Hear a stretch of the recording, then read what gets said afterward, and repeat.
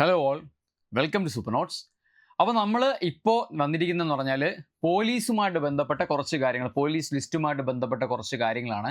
അതായത് റീസെൻ്റ്ലി പോലീസിൻ്റെ സ്റ്റഡി പ്ലാനൊക്കെ ഇട്ടപ്പോഴത്തേക്ക് അതിനകത്ത് കുറച്ച് കമൻസ് കണ്ടിരുന്നു. അതായത് ഇതൊക്കെ പറയുന്നതുകൊണ്ട് ഇങ്ങനെയൊക്കെ പഠിക്കുന്നതുകൊണ്ട് വല്ല കാര്യമുണ്ടോ എന്നുള്ള കാര്യങ്ങൾ ചോദിച്ചിട്ടായിരുന്നു. അപ്പോൾ എന്ത് ചെയ്യാം, അതുമായിട്ട് ബന്ധപ്പെട്ട് കുറച്ച് സത്യാവസ്ഥകൾ നിങ്ങളുമായിട്ട് സംസാരിക്കാമെന്ന് പറഞ്ഞാണ് ഇപ്പോൾ ഈ ഒരു വീഡിയോ ചെയ്യുന്നത്. അപ്പോൾ നമുക്ക് എന്ത് ചെയ്യാം, നേരെ ഈ ഒരു വീഡിയോ നിങ്ങളൊന്ന് സ്റ്റേ ട്യൂൺ ചെയ്യുക. കുറച്ച് വസ്തുതകൾ ഞാൻ നിങ്ങളെ പറഞ്ഞ് മനസ്സിലാക്കി തരാം. ഓക്കെ, ഇപ്പോൾ നമുക്കറിയാം നിയമനം എന്ന് പറയുന്നത് വളരെ കുറച്ച് മാത്രമേ നടത്തിയിട്ടുള്ളൂ. ലിസ്റ്റുകൾ നല്ല രീതിയിൽ വെട്ടിച്ചുരുക്കിയിട്ടുണ്ട്. ആ വെട്ടിച്ചുരുക്കിയ ലിസ്റ്റിൽ നിന്ന് പോലും എന്തേ ഉള്ളൂ, കുറച്ച് നിയമനങ്ങളെ നടന്നിട്ടുള്ളൂ. അതാണ് കഴിഞ്ഞ ലിസ്റ്റിൻ്റെ ഒരു അവസ്ഥ എന്ന് പറയുമ്പോൾ. ഇപ്പോൾ SAP ഒക്കെ ആണെങ്കിൽ വേക്കൻസികൾ റിപ്പോർട്ട് ചെയ്തുകൊണ്ടിരിക്കുന്നു. ഇപ്പോൾ കുറച്ച് ആൾക്കാർ ഏകദേശം ഒരു 164 പേര് എന്ത് ചെയ്യുന്നുണ്ട്, ക്യാമ്പിൽ SAPയിൽ നിലവിൽ ഇപ്പോൾ പുതിയ 2022 ലിസ്റ്റിൽ നിന്ന് കയറിയിട്ടുണ്ട്. അപ്പോൾ ഇനിയിപ്പോൾ അതുപോലെ വേറൊരു ലിസ്റ്റ് എന്ത് ചെയ്യുന്നുണ്ട്, ഫിസിക്കൽ കഴിഞ്ഞ് നിൽപ്പുണ്ട്. അടുത്തൊരു നോട്ടിഫിക്കേഷൻ വിളിച്ചിട്ടുണ്ട്. ആ പരീക്ഷയാണ് BNS, BNSS, BSA എന്നീ നിയമങ്ങൾ വെച്ചെഴുതുന്ന ആദ്യത്തെ പരീക്ഷയാണ് ഇനി വരാനായിട്ട് പോകുന്നത്.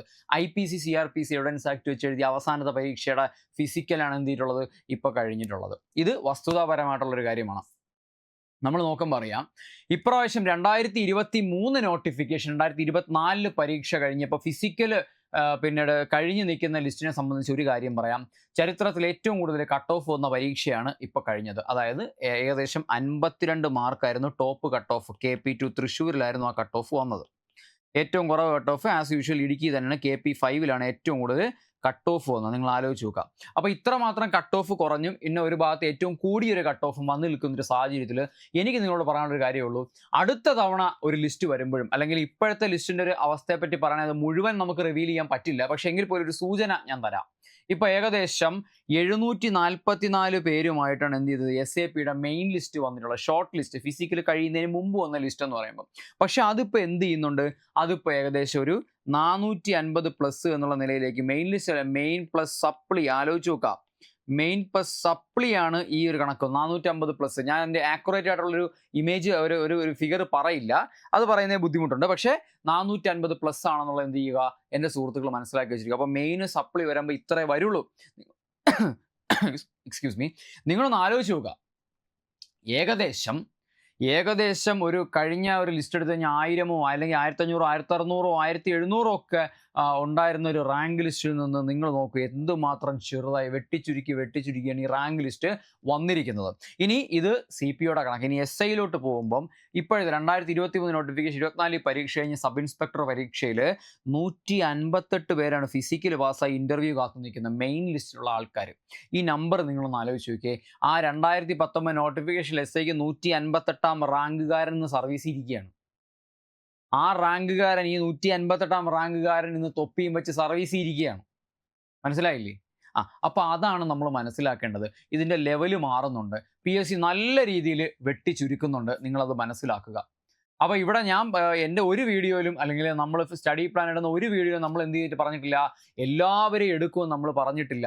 നിങ്ങൾ ടോപ്പായിട്ട് പഠിച്ചാൽ ലിസ്റ്റിൽ ടോപ്പ് വരും. ഞാൻ ഒരു കാര്യം ചോദിക്കട്ടെ, ടോപ്പ് റാങ്ക് വാങ്ങിച്ച ആരെ ജോലിക്ക് എടുത്തില്ല? ഇപ്പം നിങ്ങൾ ഇപ്പോൾ ഒരു സബ് ഇൻസ്പെക്ടർ 2022 നോട്ടിഫിക്കേഷൻ കിടപ്പുണ്ട്. 42ഓളം അഡ്വൈസുകൾ നിലവിൽ പോയിട്ടുണ്ട്. എന്ന് വെച്ചാൽ 4 എണ്ണം ആംഡ് ബറ്റാലിയനും 38 എണ്ണം KCPയിലും പോയിട്ടുണ്ട്. ഓക്കെ, അപ്പോൾ അവരെ എന്ത് ചെയ്യുന്നുണ്ട്, അത്രയും പേർക്ക് അഡ്വൈസ് അയച്ചിട്ടുണ്ട്. അവരുടെ അഡ്വൈസ് അവരുടെ കൈ കിട്ടിയിട്ടുണ്ട്. മനസ്സിലായില്ലേ? ബാക്കി പ്രോസസ്സ് വഴിയേ നടക്കും. അപ്പം നമ്മൾ മനസ്സിലാക്കേണ്ട കാര്യം എന്താണ്, ഇനിയുള്ള കാലത്ത് നമ്മൾ പഠിച്ച് റാങ്ക് ലിസ്റ്റിൻ്റെ തുമ്പത്ത് വരാനല്ല നമ്മൾ പഠിക്കേണ്ടത്, നമ്മൾ ടോപ്പിൽ വരാനാണ് പഠിക്കേണ്ടത്. പക്ഷേ ഈ ലിസ്റ്റുകൾ ചെറുതാവുമ്പോൾ നിങ്ങളൊരു കാര്യം മനസ്സിലാക്കുക, ലിസ്റ്റുകൾ ചെറുതായിക്കൊണ്ടിരിക്കുമ്പോൾ അത്രയും ജോലി സാധ്യതയും കൂടെ എന്ത് ചെയ്യുന്നുണ്ട്, കൂടുന്നുണ്ട്. പക്ഷേ ഞാനൊരു വലിയ ഫിഗറിലേക്ക് പോകുന്നില്ല. ഇപ്പം എനിക്കറിയാം, ഇപ്പോൾ ഏകദേശം ഒരു 890+ ഉള്ള ഒരു റാങ്ക് ലിസ്റ്റ് 2022 നോട്ടിഫിക്കേഷൻ CPOയുടെ കാര്യമാണ് പറയുന്നത്. SAPയിലേക്ക് ഏകദേശം എനിക്കൊന്ന് 890+ ആയിരിക്കാം ആ റാങ്ക് ലിസ്റ്റിൻ്റെ ഒരു നീളം എന്ന് പറയുമ്പം. അതിനകത്തുനിന്ന് വളരെ ചുരുങ്ങിയ ആൾക്കാർ മാത്രമേ വന്നിട്ടുള്ളൂ. ഇതിൻ്റെ വലിയൊരു റാങ്ക് ലിസ്റ്റ് ആയിരുന്നു 2019 നോട്ടിഫിക്കേഷനിൽ വന്നിട്ടുള്ളത്. പക്ഷേ അവിടെ നമ്മളിപ്പോൾ 2023 നോട്ടിഫിക്കേഷനിൽ നോക്കിയാണ് നമ്മൾ 744 പേരെ മെയിൻ ലിസ്റ്റ് ഫിസിക്കൽ മുമ്പ് കണ്ടുള്ളൂ. ഇനി മറ്റൊരു വസ്തുത, ഫിസിക്കൽ കടുപ്പിക്കുകയാണ്. വസ്തുതയാണ് ഞാൻ ഈ പറയുന്നത്. ഫിസിക്കൽ ഘടിപ്പിക്കുകയാണ്, നല്ല രീതിയിൽ ഫിസിക്കൽ ഘടിപ്പിക്കുകയാണ്. അപ്പോൾ നല്ലൊരു പരീക്ഷ എഴുതി വെച്ചിട്ട് മാത്രം കാര്യമില്ല, 60-65+ മാർക്ക് വാങ്ങിച്ച് വീട്ടിൽ ഇരുന്നിട്ട് കാര്യമില്ല. നിങ്ങൾ ഫിസിക്കലിന് കൃത്യമായിട്ട് പോകണം. ഫിസിക്കൽ എടുത്തെങ്കിൽ മാത്രമേ ജോലി കിട്ടുള്ളൂ. ഞാൻ ഒരു കാര്യം പറയട്ടെ, ഇതൊരു പ്രോസസ്സാണ്, കണ്ടിന്യൂസ് പ്രോസസ്സ്, ചെയിൻ പ്രോസസ്സായിട്ട് പൊയ്ക്കൊണ്ടിരിക്കും. ഇവിടെ ലിസ്റ്റിൻ്റെ തുമ്പത്ത് വന്നാൽ നമ്മുടെ സാധ്യതകൾ അത്രയും മങ്ങും. ഇനിയുള്ളൊരു കാലത്താണ് പറയുന്നത്, ഇപ്പോഴുള്ള ലിസ്റ്റിനെ പറ്റി എനിക്ക് അതിനെപ്പറ്റി ഒന്നും പറയാൻ പറ്റില്ല. പക്ഷേ ഇനിയുള്ളൊരു കാലത്ത് ഇനി പഠിക്കുന്ന ആളുകൾ ലിസ്റ്റിൻ്റെ ടോപ്പിൽ വരാൻ പഠിക്കണം. CPO പിന്നെ SI CEO മാത്രമല്ല പറയുന്നത്, ഏതൊരു പരീക്ഷയായാലും നമുക്ക് ജോലി ഉറപ്പിക്കണം, നമ്മൾ ടോപ്പിലെത്തണം. ടോപ്പ് റാങ്ക് വാങ്ങിച്ച് ആരും തഴഞ്ഞു കളയില്ല. പിന്നെ അതുപോലെ എന്നെ കണ്ടുകൊണ്ടിരിക്കുന്ന ആൾക്കാർക്ക് ആകെ വേണ്ടത് ഒരു വേക്കൻസിയാണ്. ആ ഒരു വേക്കൻസി നേടിയെടുക്കാൻ നോക്കുക. അല്ലാതെ 1000 പേരെ വിളിക്കുമോ 2000 പേരെ വിളിക്കുമോ നമ്മൾ ചിന്തിച്ചുകൊണ്ടിരുന്ന നമ്മളൊരു ചാൻസ് നമുക്ക് നഷ്ടപ്പെട്ടുകൊണ്ടിരിക്കും. ചാൻസ് പോവുക എന്ന് പറഞ്ഞാൽ ഒരു വർഷം പോവുക, ഒരു വയസ്സ് കുറയുക എന്നാണ് അതിൻ്റെ അർത്ഥം എന്നാണ് ഞാൻ മനസ്സിലാക്കിയിട്ടുള്ളത്, എൻ്റെ പേഴ്സണൽ എക്സ്പീരിയൻസ് എന്നുള്ളത്. എനിക്ക് പറയാനുള്ള കാര്യങ്ങൾ കട്ട് ആൻഡ് റെസ്റ്റ് ആയിട്ട് നിങ്ങളോട് പറഞ്ഞു എന്ന് ഞാൻ വിശ്വസിക്കുന്നു. നമ്മളിപ്പോഴും അല്ലെങ്കിൽ ഏതൊരു സ്ഥാപനം ഇപ്പോഴും CPOയ്ക്ക് ഒരു ബാച്ച് തുടങ്ങുന്നതിൻ്റെ കാര്യം എന്താണ്? അത് അത്രയും പാഷനേറ്റ് ആയിട്ട് നിൽക്കുന്ന ആൾക്കാരെ ഒന്ന് അപ്ലിഫ്റ്റ് ചെയ്യാൻ, അതായത് അത്ര എക്സ്പീരിയൻസ്ഡ് ആയിട്ടുള്ള ഫാക്കൽറ്റീസ് ഒക്കെ വന്നിട്ട് അല്ലെങ്കിൽ ഒരു നിയമം അത്യാവശ്യം നന്നായിട്ട് പഠിച്ചത് പ്രസന്റ് ചെയ്യാൻ അറിയാവുന്ന ഒരാൾ വന്നിട്ട് ഇത്തരത്തിൽ നമുക്ക് ഇങ്ങനെ ഒരു ബാച്ച് ഉണ്ടെന്ന് പറയുന്നതിൻ്റെ കാര്യം എന്താണ്? അത്തരത്തിൽ പറയുന്നതിൻ്റെ കാര്യം എന്ന് പറഞ്ഞാൽ സർവീസിൽ കയറാൻ നിൽക്കുന്ന ആൾക്കാർ, അല്ലെങ്കിൽ അവർക്കൊരു ഹെൽപ്പ് എടുക്കണം എന്ന് വിചാരിക്കുന്ന ആൾക്കാർക്ക് എന്ത് ചെയ്യുക? ഒരു ഹെൽപ്പ് കൊടുക്കുക എന്നുള്ളതാണ് മെയിൻ കാര്യം എന്ന് പറയുമ്പോഴത്തേക്കും. അതായത് ഏതൊരു സ്ഥാപനവും ആയിക്കോട്ടെ, അവർക്ക് ഒരു നല്ലൊരു ഫെയിം ഉണ്ടാകുന്നത് ആ സ്ഥാപനത്തിൽ പഠിച്ച ഒരാൾ ജോലിക്ക് കയറുമ്പോഴാണ്, അല്ലാതെ ആ സ്ഥാപനം കുറേ പൈസ ഉണ്ടാക്കിയിട്ടല്ല എന്ന വസ്തുതയും കൂടെ നിങ്ങൾ മനസ്സിലാക്കുക. അപ്പം CPOയുമായിട്ട് ബന്ധപ്പെട്ട് ഒരുപാട് ആൾക്കാർ, ഇപ്പം ഒരു കുറച്ച് ശതമാനം ആൾക്കാർ മാത്രമേ എന്ത് ചെയ്യുന്നുള്ളൂ? അവരുടെ ആശങ്കകൾ പങ്കുവയ്ക്കുന്നുള്ളൂ. ബാക്കിയൊരു ഇപ്പോഴും ഒരു വിഭാഗം, നല്ലൊരു വിഭാഗം എന്ത് ചെയ്യുന്നുണ്ട്? ഈ ജോലിയിൽ പ്രതീക്ഷ വെച്ച് നിൽപ്പുണ്ട്. ആ പ്രതീക്ഷ വെച്ച് നിൽക്കുന്ന ആൾക്കാരോടാണ് പറയാനുള്ളത്, നിങ്ങൾ പഠിച്ച് ടോപ്പ് റാങ്കിൽ വരാൻ ശ്രമിക്കുക. നിങ്ങൾ പഠിച്ച് നല്ല ടോപ്പ് റാങ്കിൽ വരുമ്പോഴാണ് നിങ്ങളുടെ ജോലി സാധ്യത കൂടുന്നത്. നിങ്ങൾക്ക് ഇനിയും സമയമുണ്ട്. എനിക്ക് തോന്നുന്നു ഏകദേശം മെയ് മാസത്തിൽ എക്സൈസിൻ്റെ പരീക്ഷ കഴിയും, ജൂൺ അല്ലെങ്കിൽ ജൂലൈ മാസത്തിൽ CPOയുടെ പരീക്ഷ ഉണ്ടാകും. നിങ്ങൾ പഠിച്ചു തുടങ്ങുക. നിങ്ങൾ ഇപ്പോൾ സൂപ്പർ നോട്ട്സിൽ ചേർന്ന് പഠിക്കുന്നില്ല, നിങ്ങൾ സെൽഫായിട്ട് പ്രിപ്പയർ ചെയ്യുക. സൂപ്പർ നോട്ട്സിലാണ് നിങ്ങൾ സൂപ്പർ നോട്ട്സ് ബാച്ചിൽ വരിക, കൃത്യമായിട്ടൊരു ഗൈഡൻസ് എടുത്ത് പഠിക്കുക. റിസ്ക് എടുക്കാൻ നിൽക്കരുതെന്നാണ് പറയുന്നത്. നമ്മുടെ ചിലപ്പോൾ ലാസ്റ്റ് ചാൻസ് എഴുതുന്ന ആൾക്കാരുണ്ടാവും, അല്ലെങ്കിൽ ഇനിയും ചാൻസ് ഉണ്ടാവും, ഇനി അടുത്തേൽ പിടിക്കാമെന്ന് പറഞ്ഞ് നിൽക്കുന്ന ആൾക്കാരുണ്ടാവും. എഴുതി വെച്ചോ, കട്ട് ഓഫ് കൂടിക്കൊണ്ടുവരിക്കും, ലിസ്റ്റ് ചെറുതായിക്കൊണ്ടുവരിക്കും. ഇല്ലെങ്കിൽ കട്ട് ഓഫ് കൂടാതിരിക്കണമെങ്കിൽ പരീക്ഷ അത്രയും കടുപ്പിക്കണം. എന്നാലും ആളുകളുടെ എണ്ണത്തിൻ്റെ കാര്യം നിങ്ങൾക്ക് മനസ്സിലാവും. ചിലപ്പം 50 മാർക്ക് മാത്രം വാങ്ങിക്കാൻ പറ്റുന്ന ഒരു പരീക്ഷ ചിലപ്പോൾ കട്ട് ഓഫ് 48 വരൂ. പക്ഷേ 48 വാങ്ങിച്ച ആൾക്കാരുടെ എണ്ണം നിങ്ങളൊന്ന് നോക്കിക്കേ, ചിലപ്പോൾ കുറവായിരിക്കും. ഈ ഒരു വസ്തുത നിങ്ങൾ മനസ്സിലാക്കുക. ഈ വസ്തുത എന്തുകൊണ്ട് മനസ്സിലാക്കുന്നത്? കഴിഞ്ഞൊരു 2-3 ലിസ്റ്റുകളായിട്ട് എൻ്റെ സുഹൃത്തുക്കൾ 2019 ആ ഒരു ലിസ്റ്റ് മുതൽ എൻ്റെ സുഹൃത്തുക്കൾ അതിൻ്റെ സമരവുമായിട്ട് നടന്ന കൂട്ടുകാരുണ്ട്.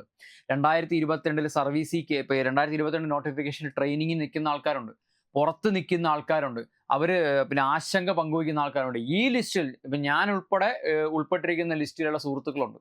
അവരൊക്കെ നന്നായിട്ട് ചർച്ച ചെയ്യുന്ന കാര്യങ്ങൾ. അപ്പോൾ അതിൽ നിന്നൊക്കെ ഉള്ള അറിവിൽ നിന്നാണ് ഞാൻ നിങ്ങളോട് സംസാരിക്കുന്നത്. അപ്പോൾ വസ്തുതാപരമായിട്ട് നമ്മളൊരു കാര്യം പറയാൻ വന്നിരിക്കുകയാണ്, അല്ലേ?